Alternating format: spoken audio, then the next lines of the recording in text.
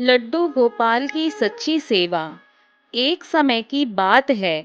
एक गांव में दो वृद्ध स्त्रियां रहती थी। दोनों का इस जगत में कोई नहीं था। वे दोनों ही एक दूसरे का सहारा बनकर बड़े प्रेम भाव से रहती थी, जबकि धर्म से दोनों अलग थी, लेकिन विचार से एक थी। उनमें से एक स्त्री हिंदू धर्म की थी और दूसरी जैन धर्म की थी। दोनों अपने अपने धर्म के हिसाब से प्रभु की आराधना किया करती थी।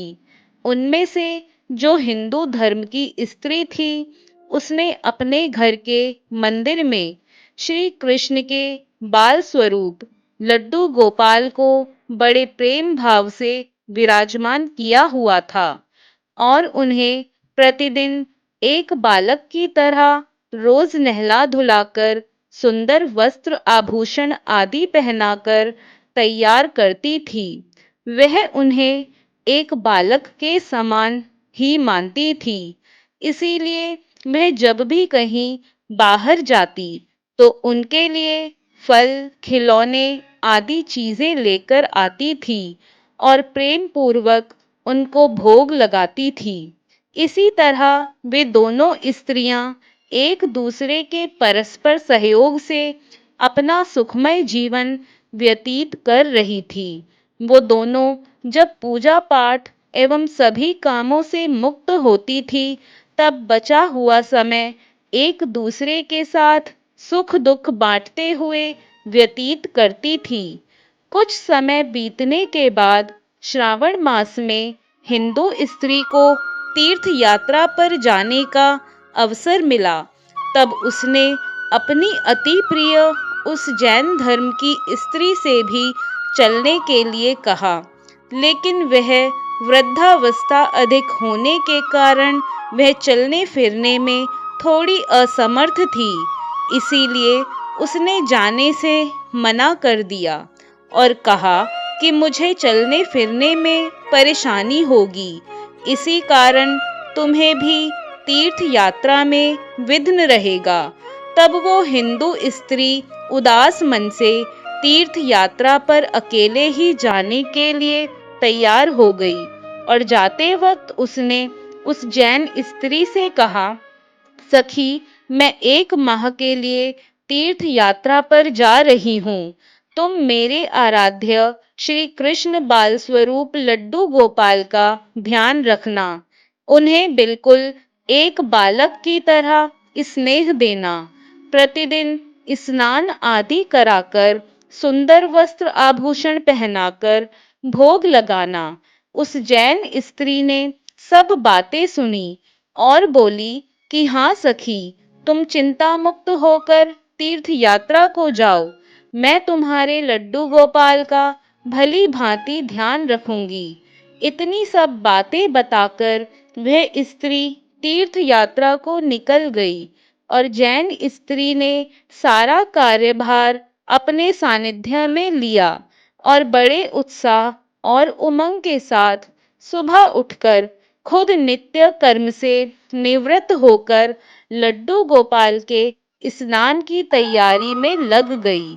उसके बाद जब वो लड्डू गोपाल को नहलाने लगी तो वह उस महिला की नजर लड्डू गोपाल के पांव की तरफ पड़ी। वह दंग रह गई, क्योंकि उनके पैर मुड़े हुए थे। उसे लगा कि उसकी वजह से उनके पांव टेढ़े हो गए हैं। इसका मुख्य कारण ये था कि उस जैन स्त्री ने जब भी उन्हें लड्डू गोपाल को देखा, वस्त्रों एवं आभूषणों से सुसज्जित ही देखा था। वो इस बात से अनभिज्ञ थी कि लड्डू गोपाल घुटनों के बल पर बैठे हुए थे और उनका बाल स्वरूप ऐसा ही है। वह बहुत परेशान हो गई और सोचने लगी कि मैं अपनी सखी से क्या कहूंगी। उसने इतने विश्वास के साथ मुझे ये जिम्मेदारी दी थी और मैंने लड्डू गोपाल की देखभाल सही से नहीं की।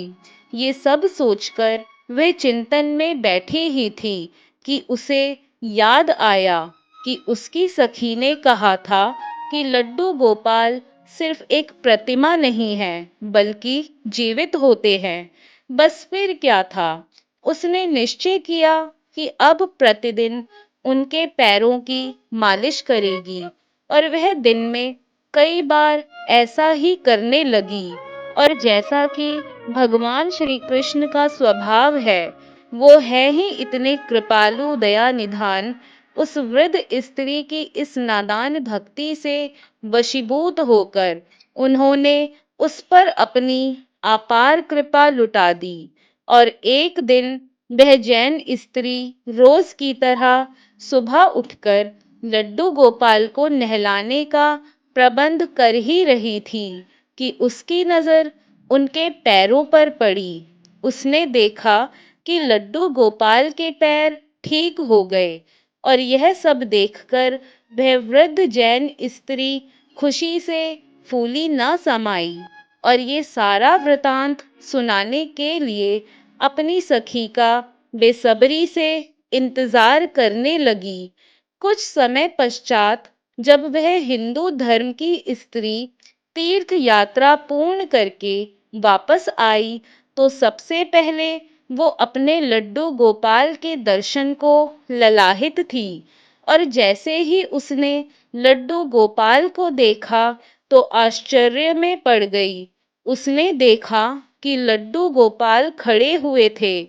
उसने सोचा कि शायद ये उसके लड्डू गोपाल नहीं है और अपनी सखी के पास जाकर ये सब पूछा। तब उस जैन धर्म की स्त्री ने सारा वृतांत उसे सुनाया।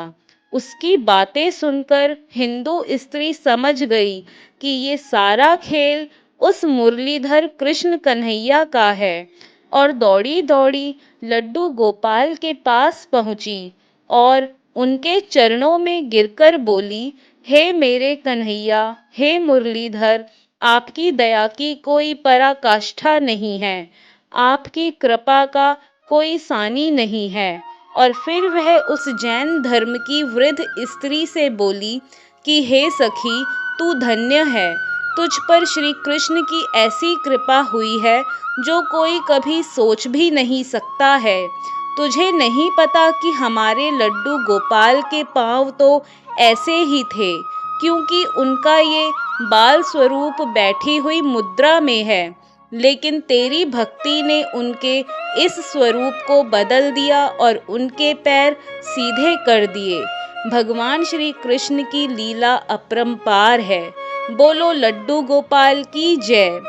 आशा करती हूँ आपको लड्डू गोपाल की यह कथा पसंद आई होगी। वीडियो पसंद आई तो वीडियो को लाइक शेयर कमेंट करना ना भूलें और अगर आप हमारे YouTube चैनल पर पहली बार आए हैं तो हमारे चैनल को सब्सक्राइब भी कर लें। धन्यवाद।